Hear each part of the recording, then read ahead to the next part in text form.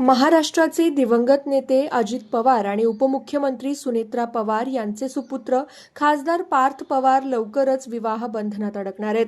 येत्या 29 जुलै रोजी पुण्यात पार्थ पवार यांचा साखरपुडा समारंभ पार पडणार आहे. पार्थ हे त्यांची मैत्रीण कायनात धर हिच्या सोबत लग्नाच्या बोहल्यावर चढणार आहेत. नुकतंच राष्ट्रवादी काँग्रेस शरदचंद्र पवार पक्षाच्या खासदार आणि पार्थ पवार यांच्या आत्या सुप्रिया सुळे यांची लेक रेवती सुळे हिचा विवाह सोहळा पार पडला. त्यावेळी पार्थ आणि सुनेत्रा पवार यांच्या सोबत पारंपरिक पोशाखात दिसलेली एक तरुणी सर्वांचं लक्ष वेधून घेत होती. ती तरुणी म्हणजेच कायनात धर.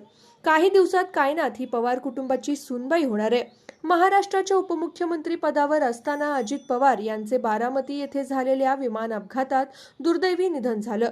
या घटनेला 6 महिने होत असतानाच 29 जुलै रोजी पार्थ पवार यांचा साखरपुडा सोहळा पार पडणार आहे. पुण्यात एका फार्म हाऊसवर पार्थ आणि कायनात यांचा हा साखरपुडा सोहळा संपन्न होणार आहे. राष्ट्रवादी काँग्रेस पक्षात फूट पडलेली असली तरीही अजित पवार यांचं निधन असो किंवा रेवती सुळे हिचा विवाह, सुखदुःखाच्या प्रसंगाच्या निमित्ताने पवार कुटुंबीय कायमच एकत्रित दिसतात.